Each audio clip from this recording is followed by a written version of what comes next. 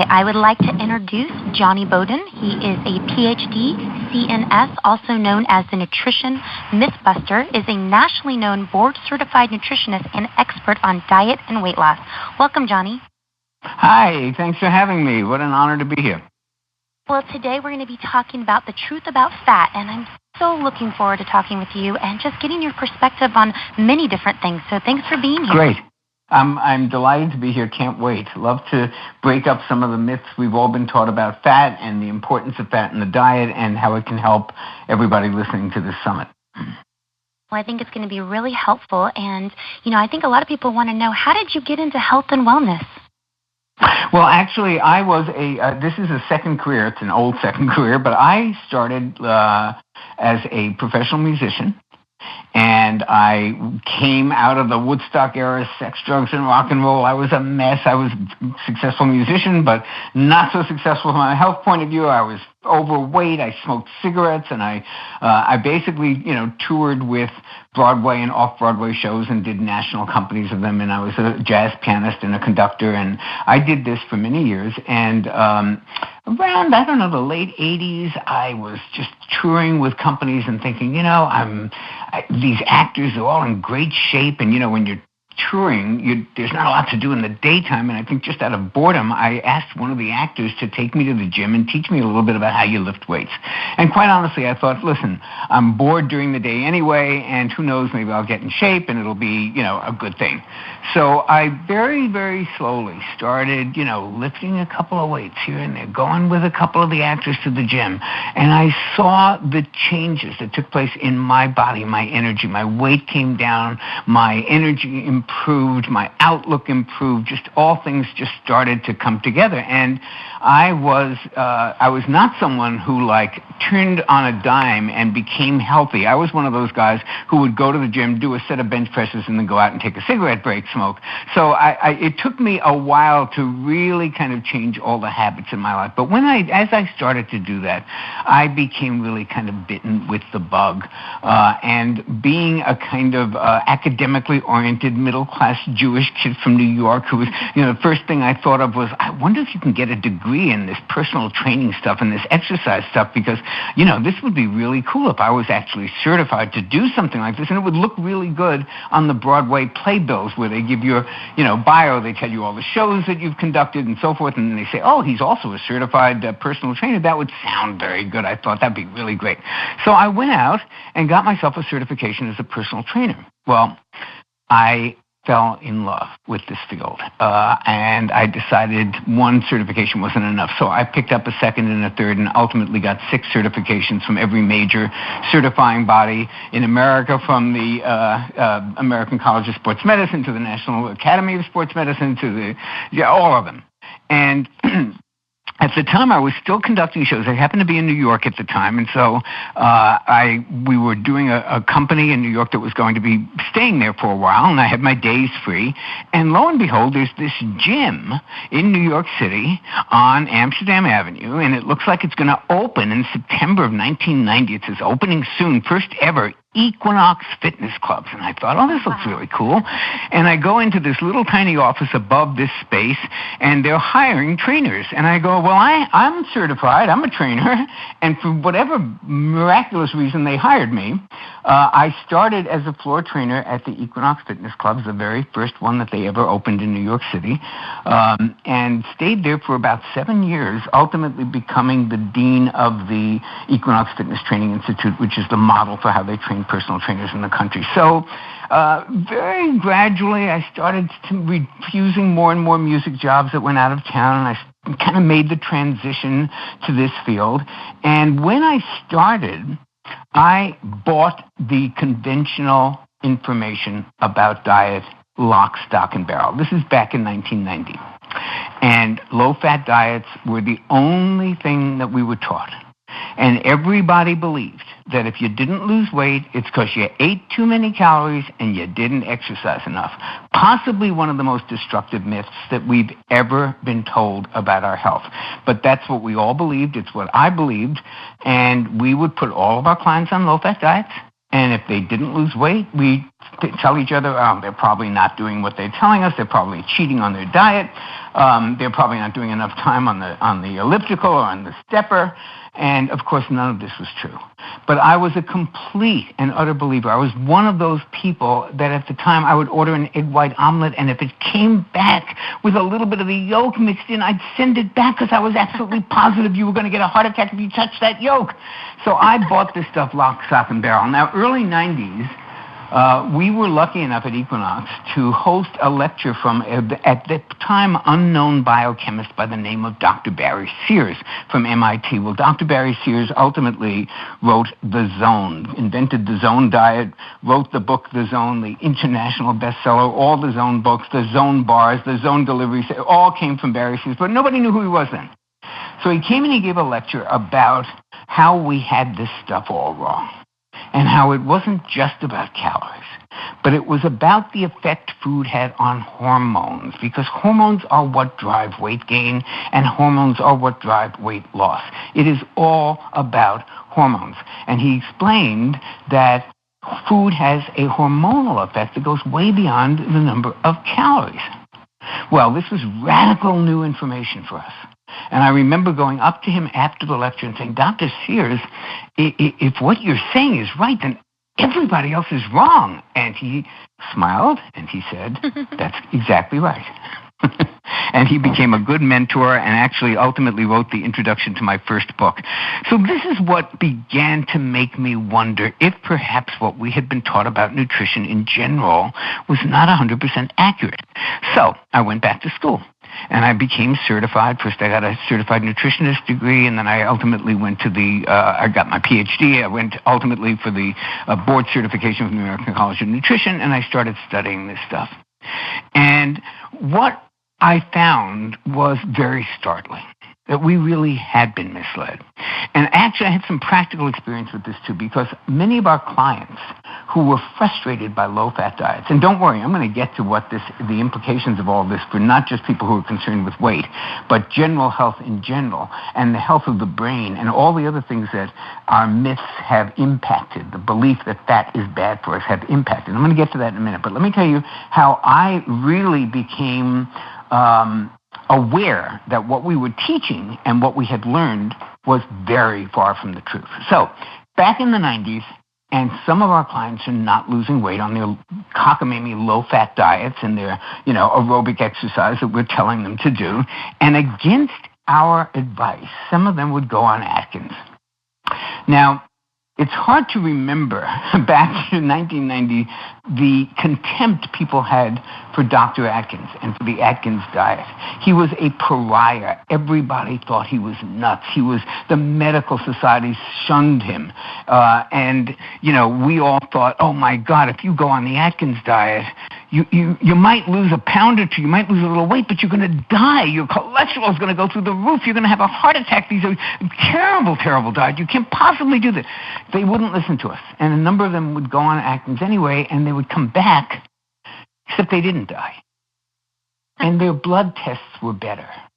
And their triglycerides would drop. And their blood pressure would go down, and their belly fat started to shrink. And they felt great, and their eyes looked clear, and they were saying that they felt better than they ever had. And this did not fit with what we had been taught.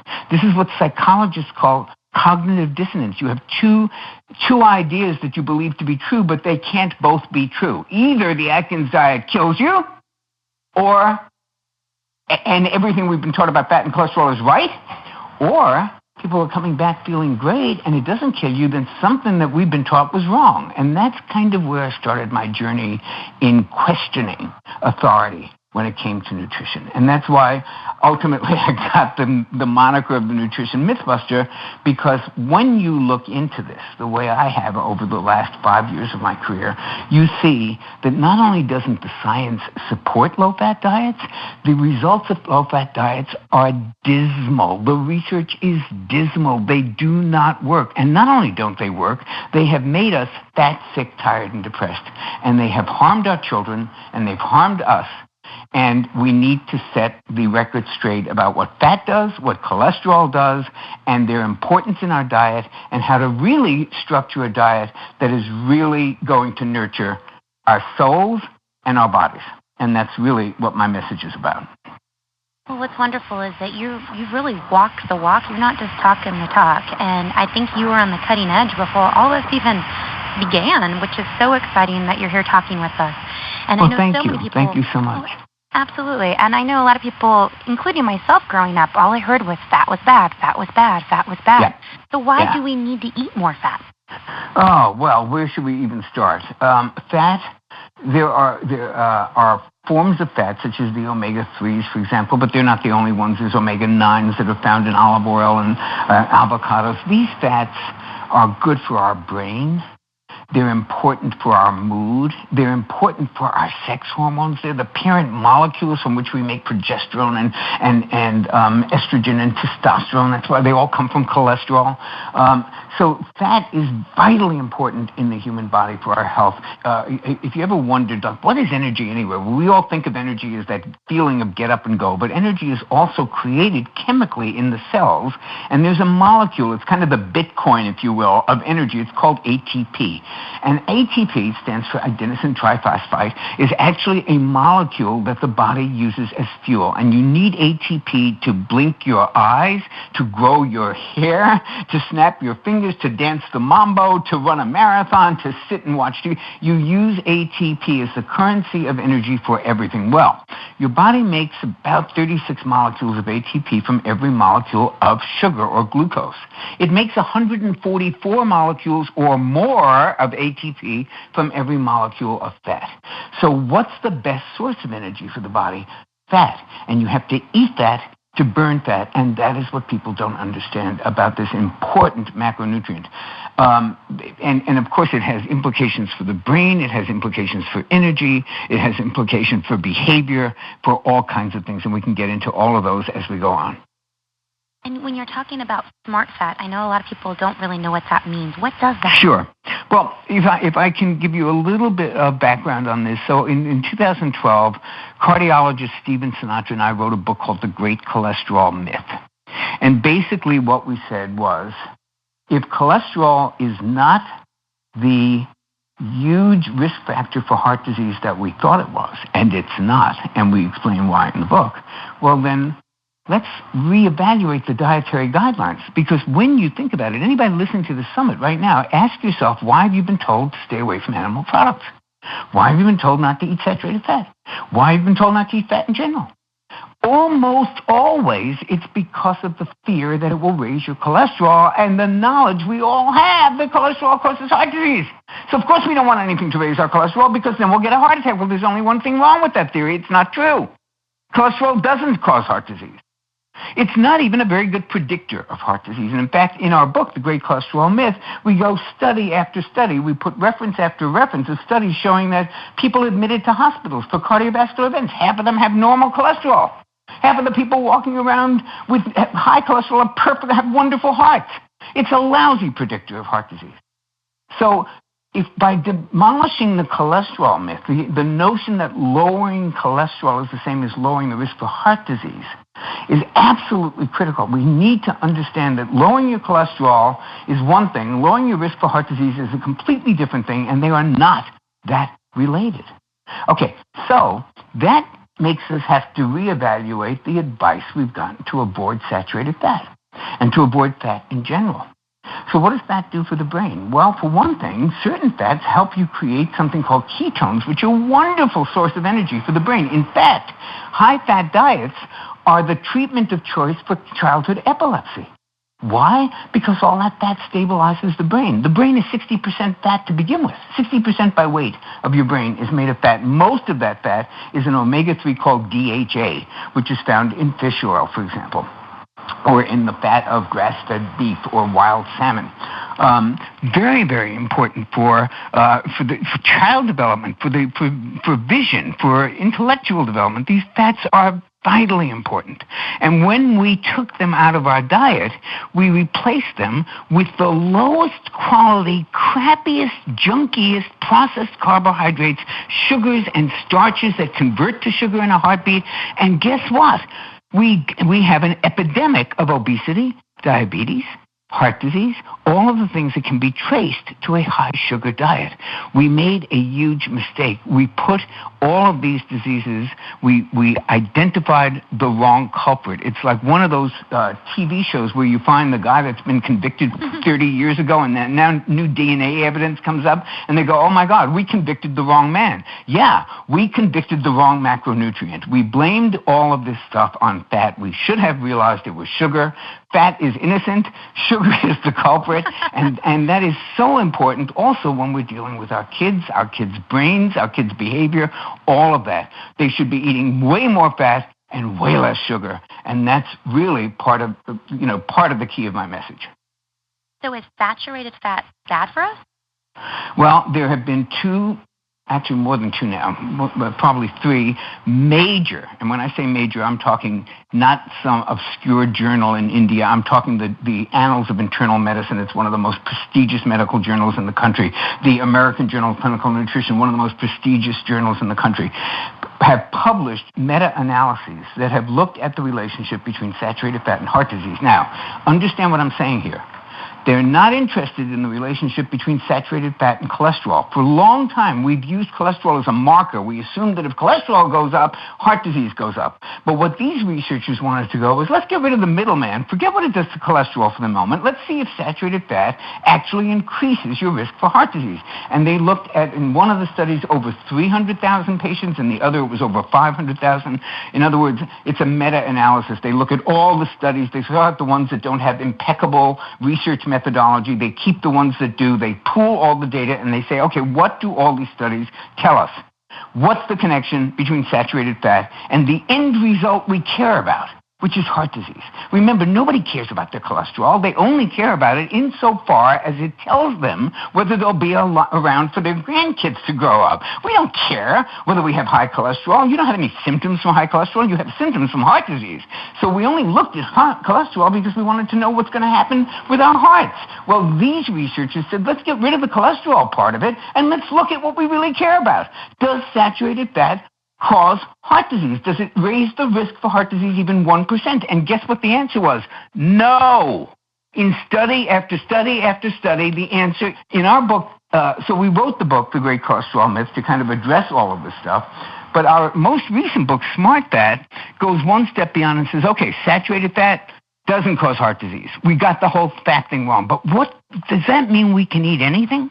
Does that mean we should eat all the fat we want? Doesn't matter what kind? No. Because some fat is toxic and some is not.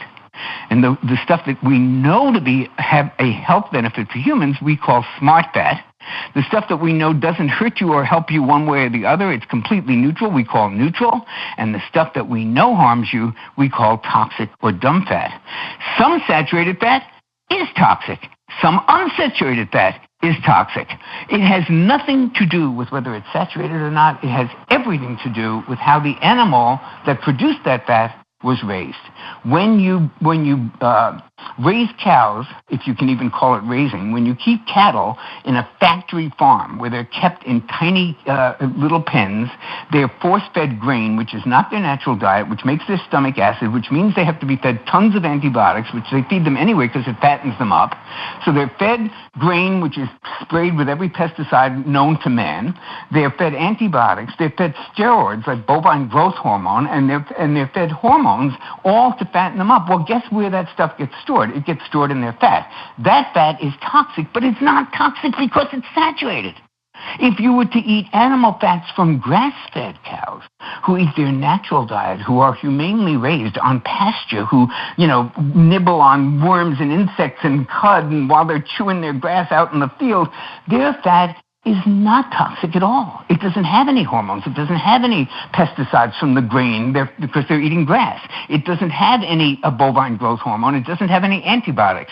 So we look, with our book Smart Fat, we look at the differences in fat, not in terms of whether they're saturated or not in terms of whether they come from animals or vegetables or minerals, but whether or not they're toxic.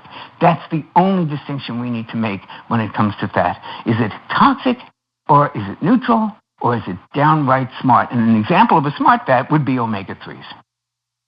Now, we've talked a lot about the different diets and things like that, and I know, gosh, I feel like I could talk to you forever and ever. Like, I'm still learning myself. I'm really enjoying this, so thank you for all the information. So what is the connection now between, when we're thinking about children on the spectrum, on the autism spectrum, what do you think the connection between autism and diet is? Well, that is, in my day, they used to say the $64,000 question. Now it's a $64 million question. Yes. You know, let's back up and take a more like a helicopter view of this before we get down into the nitty-gritty in the forest. Let's go up on the helicopter and look at the overall trajectory of the landscape here. Diet affects everything. It affects some people more than others. Certain components of the diet are reacted to by some people, not by others. What people need to understand, and I honestly think, I know the whole vaccination thing is very controversial in the autism community, but I actually have my point of view about this, I think, is very bipartisan and actually ties together. I think both sides are right on this. And when you hear what I'm about to say about nutrition and biochemical individuality, you'll understand more what I'm talking about. So I believe, and many of my colleagues on my side of the nutritional fence, if you will, believe very strongly in a concept called biochemical individuality, which means this.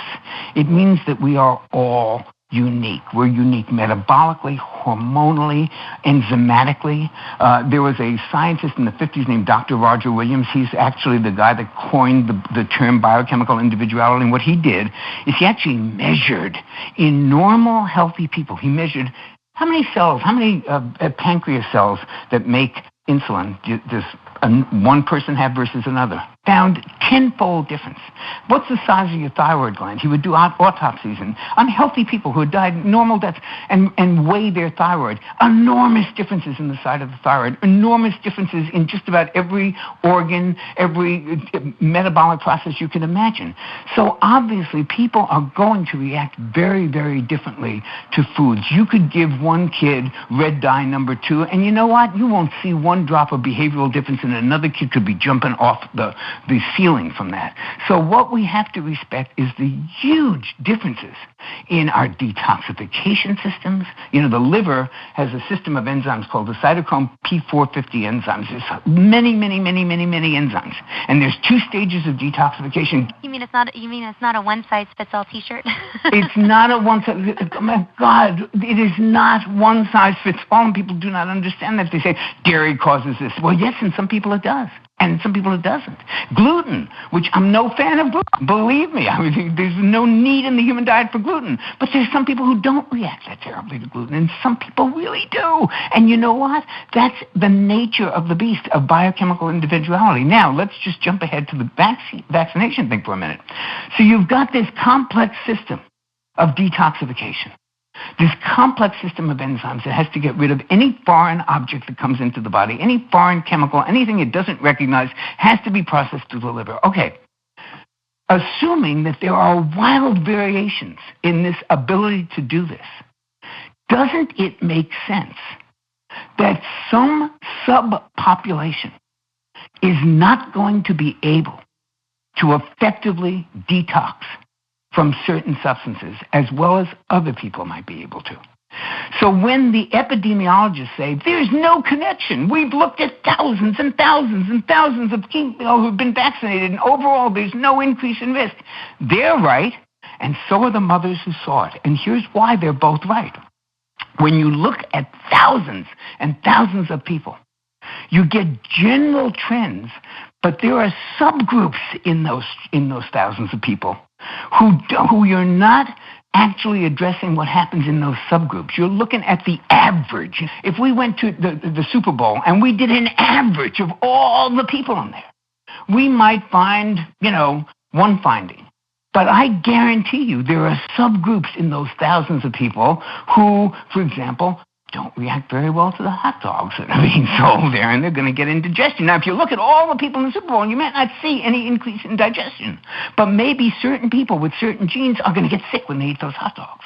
Well, the same thing is true here. When you look epidemiologically, which means looking at thousands of people in an entire population, you might not see any real increase in autism from vaccinations, because they've vaccinated kids for how many years? Decades and decades. Millions of people they have data on. But doesn't it defy logic that there wouldn't be some subset, if you looked more carefully, like maybe people with this blood type or this hormonal environment or this, what they call SNPs, it's a genetic slight variation in the genetics, all these different things that could be different from person to person, that there might be a subset of people for whom that detoxification process doesn't work. And that's when you see those symptoms. So both sides are right in this. And I have never understood why people don't get that yes, in a large sense, the vaccination doesn't cause autism, because we can see thousands of cases when it doesn't, except the cases when it does. And that's the bipartisan answer to that. Everybody's different. And of course, just like, I did at my own summit recently, and I interviewed 37 people. One of the guys, one of the well-known scientists in this field, says, when I was 4 years old, I realized I was allergic to corn. We figured out we were allergic to corn. Guess what? I can't eat corn. If I eat corn, I get these reactions, A, B, C, D, E. And if my wife eats the corn, none of those things happen. Well, why wouldn't that be the same thing when it comes to detoxification, when it comes to reactions to foods, when it comes to reactions to, there's a million different variations here.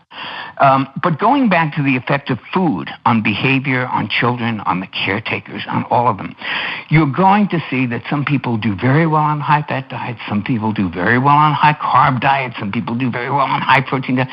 Nobody does well on a high-processed food diet.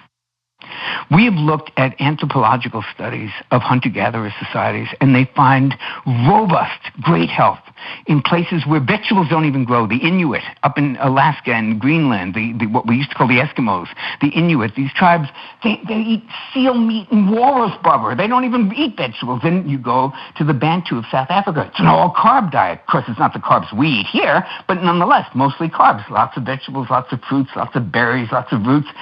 You go somewhere else where it's a lot of seafood. What you don't see is anybody eating a high-sugar diet that's thriving. That's what you don't see. And I am absolutely convinced that there is a big dietary component to not only autism, but to schizophrenia, to ADD. I mean, you name the syndrome. And I am not saying, and this is an important thing because the detail gets lost here. The conventional establishment will say, yeah, but that ain't enough food. Gluten doesn't cause this stuff. But it makes it worse. And that's what's important. That there are, you may not, quote unquote, cure a disease by changing a diet, but you can improve the symptoms so remarkably by getting some of the processed stuff, by removing the usual suspects, the things that create problems for the most number of people. And what are those things? Wheat, dairy, sugar, corn. I mean, there's a list of the 7, the usual suspects. Now, doesn't mean that there isn't someone on the planet who doesn't have a violently bad reaction to asparagus. But if you're playing the odds and you're playing the percentages, you're going to get bigger bang for your buck if you start with wheat, dairy, and sugar, because those are the ones that the most number of people tend to be sensitive to. And I believe that to be true with kids. We don't have necessarily great clinical randomized trials for this, but we have a lot of anecdotal evidence, a lot of parents who have experimented with this, and they took these things out of their kids' diet, and they notice improvements, and they see improvements, and we cannot disregard that just because we don't have a double-blind study to prove it. My nutrition mentor, the great Robert Crayon, used to say, guess what? The New York City Fire Department does not have a double-blind randomized control study showing that water puts out fire, but guess what? They behave as if it does. And that's kind of what we have to look at it in the same way. Why do doctors so rarely even talk to mothers about their child's diet? Because for the same reason that why do accountants not talk to you about your golf game? Here's what people need to understand.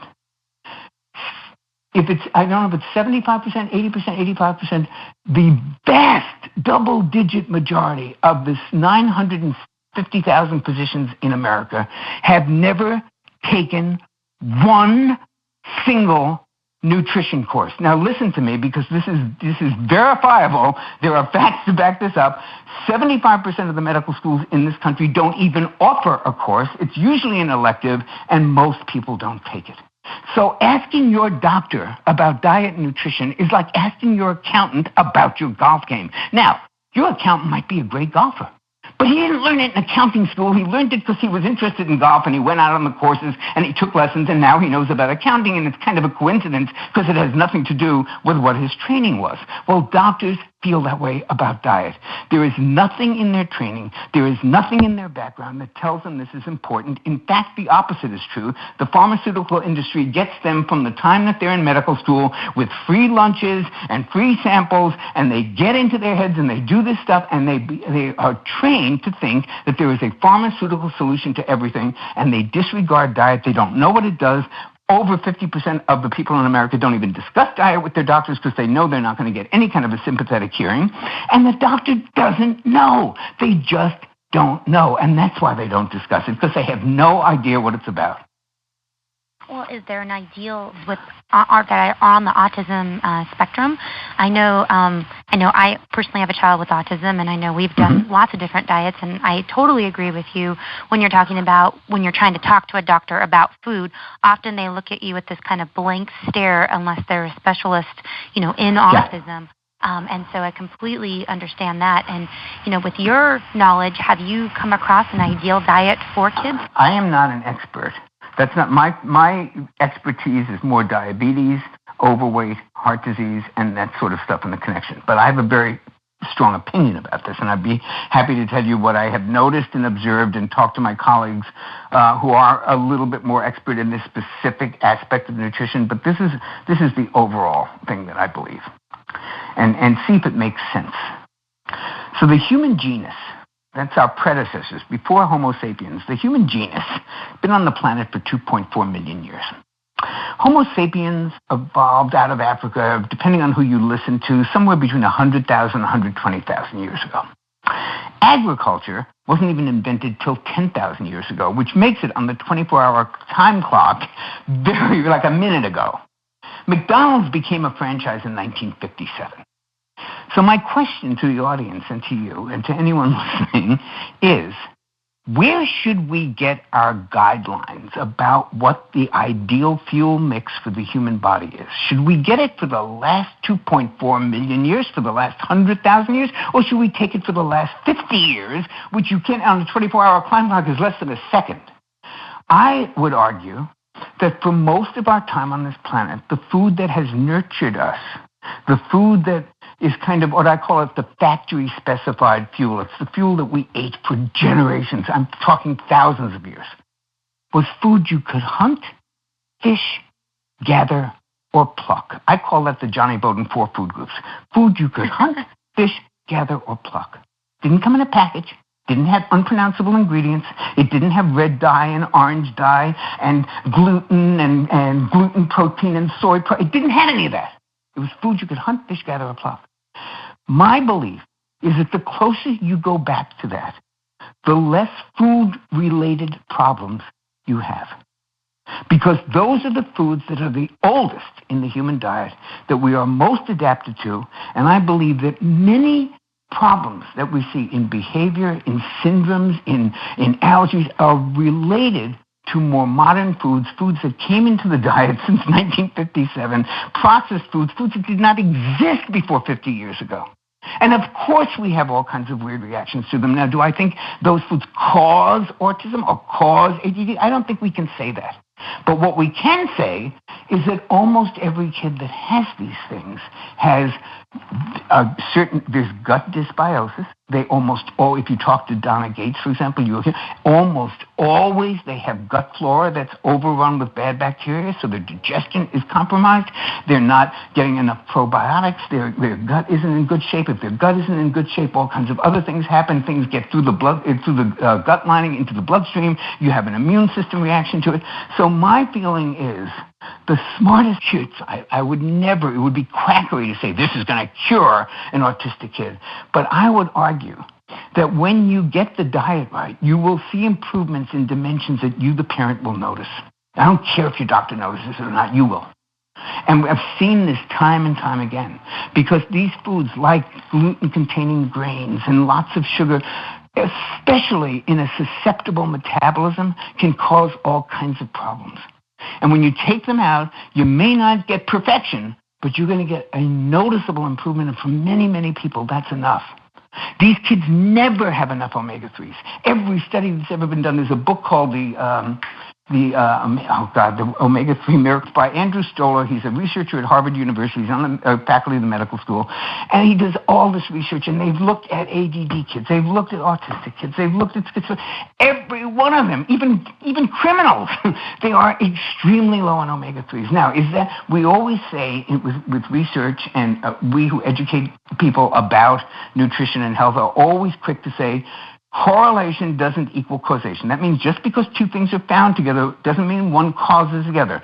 Umbrellas don't cause rain. They're always found together. Firemen are always found, at the scene of a fire doesn't mean that when you see, that a fireman caused the fire. So the fact that all these kids are low on omega-3s, that they all have gut dysbiosis, which means their gut is, overrun with bad bacteria, they don't have enough probiotics, all of these things contribute mightily. They're all found together. It doesn't mean that they're causing it, but it sure is suspicious that they're all low in these things, and that perhaps if we could correct that, we would see less symptoms on some levels. Now, when you're talking about omega-3s, just for those that are listening, I know a lot of parents that are brand new to this might be listening. Sure. Maybe they don't actually understand where omega-3s are found. How do they figure out if the child is deficient in omega-3s? It's so easy. So easy. Parents, listen up. Very easy. Chances are, unless your kid has been on the most perfect diet that you can imagine from the time he's a child, he doesn't have enough omega-3s. Now, this is going to affect different people differently. I mean, my wife came with two 12-year-olds. I don't think they get enough omega-3s. Luckily, we're not seeing a huge difference yet. I'm constantly trying to get them to consume more omega-3s, because I think down the road there will be problems if you don't get enough in your body. But the point is that whether or not it's almost always true that they don't. So where are they found, and how do you correct that? That's what you asked me. So omega-3s are a class of fat, and there's basically 3 of them, and 2 of them are found in fish oil, and 1 of them is found in flaxseed oil, chia seeds, hemp seeds, and plant sources. Both are good. Fish oil, or the 2 omega-3s that are found in fish oil, are the ones that have been studied a little bit more. And so I always recommend that we start with fish oil unless there's a reason that we're allergic or, rabidly vegan and won't take anything that ever came from a living thing. I don't think that's well advised from a health point of view, but I certainly understand that people feel that way. So you can get omega-3s from flax, and you can get it from fish oil. I would recommend in this case, because it is the better studied version of omega-3s, and because it is already preformed in the form that the body needs it in, that we concentrate on fish oil. And that's great for the brain, very stabilizing. I mentioned earlier the high-fat diets for childhood epilepsy, and that's partly because fat is very stabilizing for the brain. They are even experimenting with Navy SEALs with high-fat diets, because they have to, and it's really interesting, I went to a conference on this, the SEALs have to dive really, really low, in water, really deep, and sometimes they're being fired upon by helicopters. So what happens, what's the biggest diving thing people have to worry about? It's getting the bends coming up too fast. Well, what happens is something goes on in your brain. What they're finding is that the same thing that stabilizes epilepsy in children, which is a high-fat diet, may help stabilize the brain so that they are not as susceptible to getting the bends when they come up. So the point of all this is that that's really good for the brain. And it's good for it in so many different levels. And omega-3s, the things that are found in fish oil and flaxseed oil, get incorporated into the cell membranes so that information can get in and out more easily, because it's a soft fat. And that allows neurotransmitters to fire and for the information to get into the cell instead of it being, made out of trans fats, because the body will use whatever fats you eat to make those cell membranes. But if there's not enough omega-3s in them, they're going to be too stiff, or they're going to be inferior. They're made with trans fats that are so prevalent in our diet. So they're very, very important for stabilizing the brain and for doing everything that we need, brain cells to do. It's very important that we consume enough of them. And we get it from fish oil, and again, we can get it from flaxseed oil as well. But as I said, the fish oil ones, I think, would probably be more potent in a case like this because they're, more studied and they're preformed. The body doesn't have to convert anything into anything else. There they are, right there. And that's the main source that you need to know about omega-3s. They're found in cold water fish like wild salmon, and they're found in some plant foods like flax. Now, as a parent, I know when I was first looking in the markets, it's really confusing when you're looking at fish oils and flax oils. Is there a rule of thumb to look at when you're in the market to know which omegas are maybe better than others? Because I know they're all not created equal. You've got two issues here with kids, and it starts with taste. Mm-hmm. It's hard to get kids to eat fish oil. You can put it in capsules, and fish oil capsules are wonderful for people, just wonderful. But I love the swirls, and they're made by Barleans, and it's a special technology, and it tastes sweet, and yet it doesn't have sugar. It's sweetened with stevia, and it comes in a kind of, at one point we were going to do this really interesting thing where we were going to put it on yogurt. We were going to do like an experiment and film it for YouTube, and we were going to put some of these swirls on top of yogurt and see if customers would be fooled and said, well, what do you think of this new topping? Most of them would love it because they're so delicious. And it's one of the best ways I know. It's certainly what we do with our kids. You just take a tablespoon of this key lime stuff, or it's peach, the wonderful flavors. And that's the one I would recommend to parents for their kids because it's the easiest to get them to take. They actually like it. And now, when you talked a little bit about gluten, what is the role of gluten?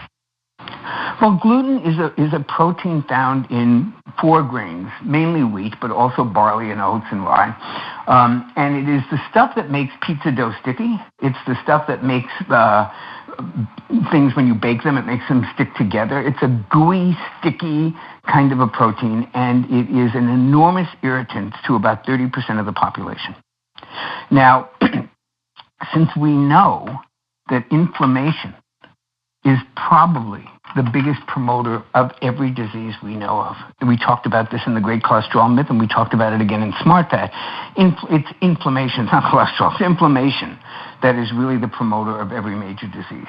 Now, when inflammation happens in the gut, as it does when you eat things that irritate the gut, it creates what's called leaky gut. If you imagine the gut as having a lining that looks like a cheesecloth, and then you imagine a little bit of a rip in that cheesecloth, so the holes are bigger now. It's like a fence that's been, a couple of holes have been made in that fence. Now things can get through that couldn't have gotten through earlier. So that inflammation in the gut, which is frequently caused by gluten, causes little mini areas of inflammation and tear in the gut, so that now things that should have been fully digested are slipping through and getting into the bloodstream. And that creates some kind of an immune response because the body's saying, what's this stuff? I've never seen this before. I need to mount some kind of an attack. And once that happens, the symptoms can be all over the map. So gluten is something I would certainly, if I had a kid who clearly had sensitivities to this or was on the spectrum of being likely to have sensitivities to things like this, I would definitely start them with a gluten-free diet. No questions asked. The only caveat with that is that much like in the crazy low-fat era of the 80s when we all were consuming Snackwell cookies by the box because we thought they didn't have fat, people think that just because the food is gluten-free, it's healthy. The stuff they substitute for gluten can be just as bad from a blood sugar point of view, from a weight gain point of view, and even from an irritant point of view. The best way to be gluten-free is to eat foods that never had gluten in the first place. And we go back to foods you could hunt, fish, gather, or pluck. Guess what? None of them have gluten.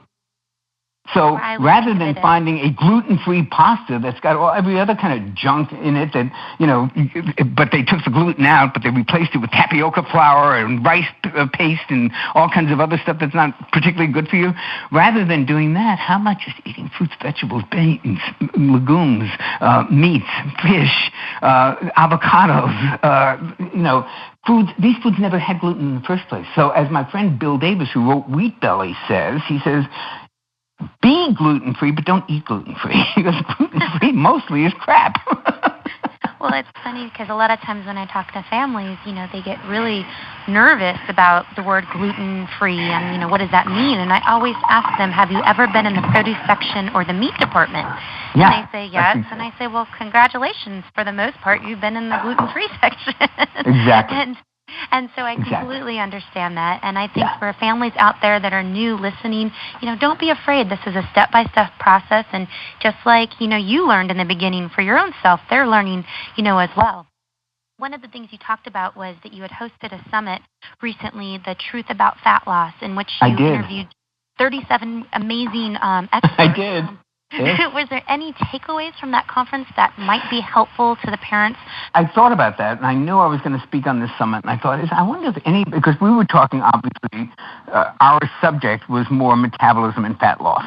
But, what I have learned in my career is when you may start with that, but when you get into that and you look at the components of the diet, the nutrients, the vitamins, the minerals, the phytochemicals, all the stuff that's in there, and you start messing around with it, you start to see impact into performance and feelings and moods and sleep patterns, and it really winds up affecting everything. So that even if you're starting with the idea that I'm only interested in fat loss, if you really delve into it, you're going to find a lot of stuff that impacts all aspects of behavior and life. So I was looking at this going, I wonder if any of them are going to talk about something that might be specific to what I'm going to be talking about on the autism summit. And sure enough, time and time again, stuff came up about digestion. Stuff came up. One of the most popular topics in nutrition right now, and I would predict it'll be the biggest topic of the next 10 years, is something called the microbiome. The microbiome is the general name given to the trillions of non-human cells you have in your gut. Most of the cells in your body are not even human cells. They're bacteria, fungi. There's literally a universe of flora in your gut. And we now know that this affects mood, behavior, digestion, strength, body fat. There is just nothing that doesn't seem to be affected by the health of the gut. So I would say one of the people that I took the most information away from was Donna Gates, who has made her career talking about body ecology, about talking about the health of the microbiome, about getting digestion right and eating fermented foods. I think her body ecology program is wonderful, and it's definitely a great place for parents to start. She's very hot on fermented foods, which fits with everything that I've learned in nutrition in the last 25 years. Fermented foods have natural probiotics. Probiotics are the good bacteria that we want to people our microbiome with. We want those are the good citizens. We want more good citizens than bad. There's always going to be some bad citizens in the gut, but they don't cause much trouble if they're outnumbered by the good citizens, just like society. So the trick here is to eat these fermented foods. And she has some wonderful suggestions. I know she's going to be on your summit. I'm sure she'll talk about the young coconut kefir. And she has a starter kit and all kinds of wonderful things that you can get your kids to eat. And she has wonderful techniques for kind of introducing these foods slowly and gradually, getting your kids off sugar and off wheat and grains, which you have no need for whatsoever. And, transitioning them into these foods that are better for the gut. And because we absolutely believe that there's a huge connection between the gut and everything else that we care about, getting the gut healthy is probably priority number one. Now, you talked about fermented foods. I know some people listening might not even know what that means. Can you briefly explain? Very easy. What fermented foods are? Yogurt, kefir, real sauerkraut. If you ever go to an olive bar and you see the olives sitting in brine and they're sitting out in the air, they're fermenting. I'm not talking about the olives, the green ones that come in, they're chemically fermented in a little jar. That's not what I mean. I mean the real foods. Kimchi, the Korean food, very, very healthy. That's a fermented food.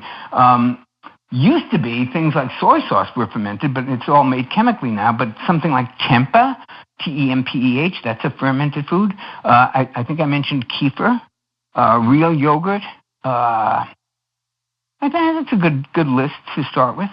Yeah, absolutely. I know a lot of parents, when they're hearing that word, they get nervous. But, think about sauerkraut, as you mentioned. I mean, that is a fermented food, and it does have so many great strains of probiotics in there. You've been in this community, and you've talked about so many things you've learned for over 25 years. Have you come across any promising natural programs for autism that you would personally recommend?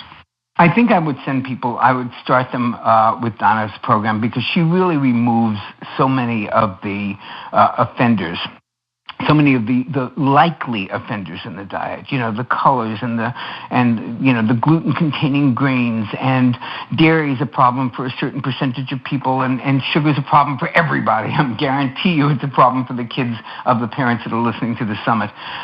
So her general principles of removing those foods and then substituting more fermented foods, and I think is probably the most promising program I have come across, and where I would send someone in my family if they were looking at, maybe not the only place, because I don't think any one person has the answer. And I think ultimately, if I have any message to the parents listening to this, it's you've got to be the leader of your own health team. You've got to actually look at the evidence of your eyes and senses. You know your kid better than anyone. I don't care what the doctor says. Well, I do care. Of course, you're not going to disregard what the doctor says, but you shouldn't disregard what you see yourself either. And if you notice when your kid eats a cookie, their symptoms seem to get worse, guess what? We call that a clue. So start paying attention to that and start trusting. Many of the parents listening to this is something we share. The people who have diabetes, the people who are obese, the people who have other health challenges beside their kids being on the spectrum. On the spectrum, this is something we all suffer from. We have this doctor knows best mentality where we actually don't trust our own instincts, we don't trust our own reactions, and we think, well, if the doctor said it, it's got to be true. Take a more active role. That doesn't mean that you have to ignore everything the doctor says, but take it with a grain of salt. They don't know anything about nutrition, most of them. They certainly don't know your child as well as you do. Use their information, but don't be intimidated by it, and be able to trust some of your own experience and be the leader of your own team. Get second opinions. Go out there and read stuff. It's all on the internet. You just have to be careful about knowing what's junk and what's valid, but any smart, motivated parent can do that. And you want to gather that information, you want to trust your own instincts, and you want to ultimately be the leader of your own health team, whether it's to treat your own diabetes. And I don't mean treat it in the sense of like don't ignore conventional medicine, medical advice. What I mean is be in charge and trust yourself and be empowered by that knowledge. And if something does not make sense to you and you're doing something the doctor says, you should be drinking lots of milk, and you see the kid is jumping off the walls when he drinks milk, listen to yourself. Don't listen to the doctor. That would be my advice. I know I always think this with my own son. I know my son better than anyone else because I'm with them day in and day out. Regarding the body ecology diet, just for the listeners out there, Donna does have a program, I believe you can probably find it through her website, called Bedrock Body Ecology Diet Recovering Our Kids. So it's BEDROK. And so they have some great tips and some great recipes and some other things to help get started. So I think that was a great recommendation. Now, thank you. Big fan. Oh, absolutely. Me too. We talked a little bit about some of the books. For those that want to find you and find your books out there, what are a couple of the books that they can find that you think would be somewhere for them to start? Not just with their child's health. I really want to reiterate their health as well. Sure. Well, I guess our latest book, Smart Fat, which you can find on Amazon, on my website, or on smartfat.com, would be a great start because it really talks about the good fats and the healthy fats and how to get them into your diet and mix more fiber in as well. That's one I'd love for people to see. And I think possibly the 150 Healthiest Foods on Earth, which is probably my bread and butter book. It's been a bestseller since 2004. And it's kind of an encyclopedia of foods and what they do and why they're valuable and which ones and how to incorporate them. And, it's one of those books that you don't have to read from beginning to end. You can just look up celery or look up any of the foods that you want and find out what they really do and what's in them and why they're good. And so I would say that and my book, Smart Fat. And, of course, if people want to follow me, it's at Jonny Bowden, Dr. Jonny Bowden on Facebook. And all you got to remember is there's no H in Johnny. It's Jonny, Bowden, Bowden. I have so enjoyed talking with you. I've learned so much myself. And thank you. I felt like this hour went by so fast. Well, thank you. Thank you. I enjoyed it, too. Now, are there any messages you want people just to kind of like leave with, when they're after everything we talked about? What kind of message would you like? That same mentor I told you about earlier, Robert Crayon, taught me once when I first started, and he said there's two dangers with nutrition. The first is thinking that it doesn't do anything. The second is thinking that it does everything. Nutrition is a great place to start if you want to make a change in performance, in energy, in mood, in feeling, in general well-being, and that goes for your kids and you. It's not the only thing. We need to work on relationships, on commitments, on community, on connection to other people, on stress reduction, on getting out in the sun, in being around green things. I mean, all of these things have been shown in research to be very health promoting. And it's not enough to just do the diet part, but boy, does the diet part help. Well, thank you very, very much. I know everyone that listened, I'm sure, got so much out of this. And I hope so. Thank you so much, and thanks for having me. Absolutely. Thank you guys for listening, and make sure to check out all the websites that Jonny gave you. Thanks again, Jonny. Bye-bye.